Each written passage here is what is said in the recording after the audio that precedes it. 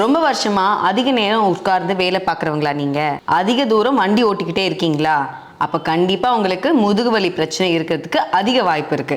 உங்களுக்காகவே அருமையான ஒரு மூலிகை கஷாயத்தை பார்க்கலாம். அதற்கு தேவையான பொருட்கள் சுக்கு, மிளகு, திப்பளி, ஜீரகம், வில்வ இலை. இப்போ ஒரு பாத்திரத்துல 2 கப் தண்ணி ஊத்திட்டு சுக்க பொடி பண்ணி வச்சிருக்கோம். அதுல 1/2 டீஸ்பூன், மிளகு 8ல இருந்து 10, திப்பிலி 3, ஜீரகம் 1/2 டீஸ்பூன், வெல்வ இலை 1 கைப்பிடி போட்டு 2 கப் தண்ணி 1/2 கப்பா வர வரைக்கும் கொதிக்க விடுங்க. 1/2 கப்பா கொதிச்சு வந்துடுச்சு. இப்போ இதை வடிகட்டி எடுத்து ஒரு டம்ளர்ல மாத்திக்கோங்க.